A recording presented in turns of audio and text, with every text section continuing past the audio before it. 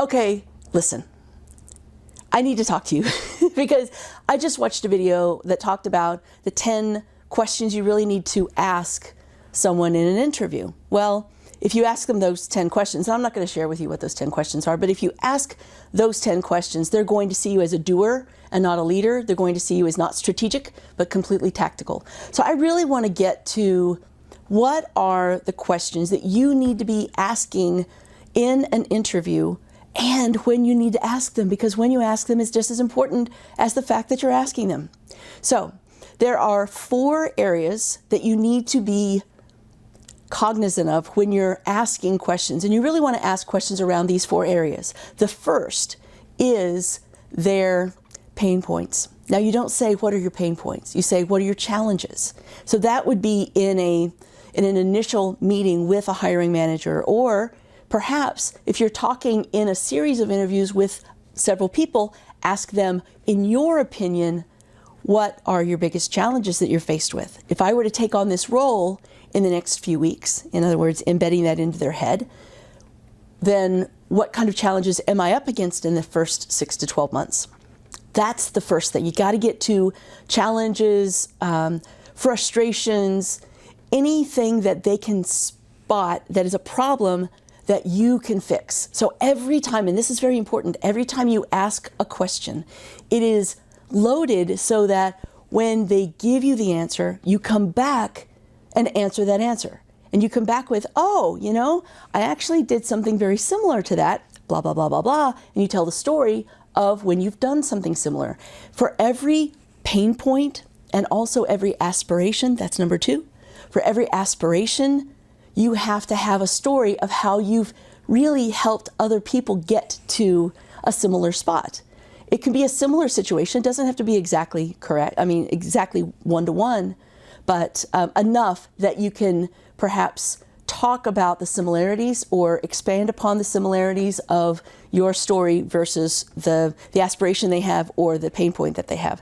So with pain point, number 2 is aspirations. That means growth goal, or not growth goals, that's long term, that's different.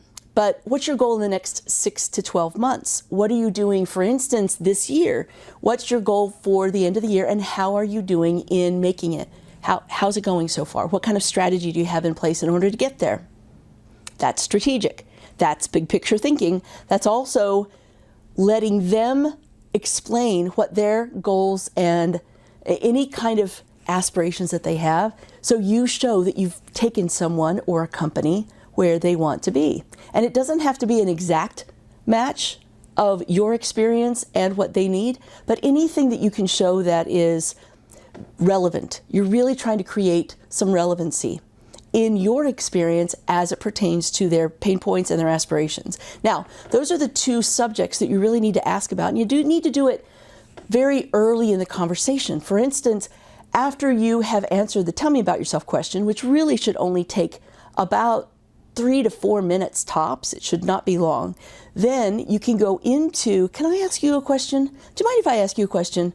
Okay, sure. Get their permission, and then you say, so really cutting to the chase, what does success look like for this role? Let's say in the first year, if I were to take on this role, what does that look like for you? Okay, they tell you that, and then you go, oh, actually, I've done something like that.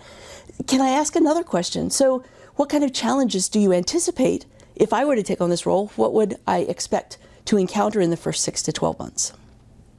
And then you answer their answer with a great example. So those are 2 of the 4 types of questions that you want to ask. The other 2, I won't give you a lot of that, but they're for face-to-face, now that we're getting back to face-to-face. Yay! Something a little normal. And also over video, of course. So if you haven't picked up my video interviewing checklist, 81% of talent acquisition folks said that they're going to continue virtual hiring, in other words, video interviewing, long past the pandemic. So now that we're winding down, we just got the mask mandate lifted.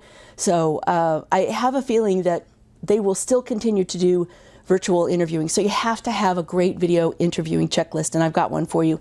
It's in the description. Go ahead and sign up for it. It will be a lifesaver when it comes to video interviewing, which is going to be the norm going forward.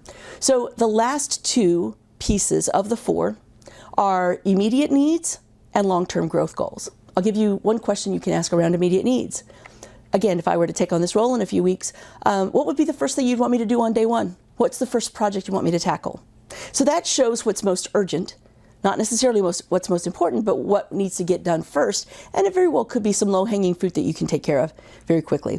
And then finally, long-term growth goals. So that's talking 1 to 3 years. What's the CEO's vision for the company in 1 to 3 years? Are there going to be any events that you're planning for, such as an acquisition or perhaps an IPO if they're private?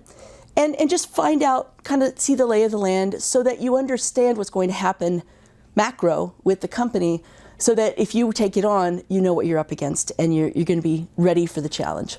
So I hope this has served you today. If you've got any questions about your search, if you'd like to talk to me or one of my team members, I would love to help you out. And the reason I made this video so quickly is because I saw these 10 questions that you're supposed to ask in an interview, and they were they're not good. They're not good for you. For an executive, they're not good. And really, anybody at any level can ask these questions. It gets to what are the challenges they're up against? What are the aspirations of the hiring manager as well as their teammates and your teammates? So find out what those are and then make yourself relevant to those. And I hope this has helped you today. If you do want to talk to me, my information is in the description. And I look forward to talking with you again too. Oh, subscribe. Be sure and subscribe if you haven't subscribed. I know a lot of you, about 90% of you watch and you don't subscribe. So please subscribe for more stuff and I'll keep it coming. Thank you. This has been Tammy Kabell with Career Resume Consulting. Have a great day. Thanks for watching. Bye now.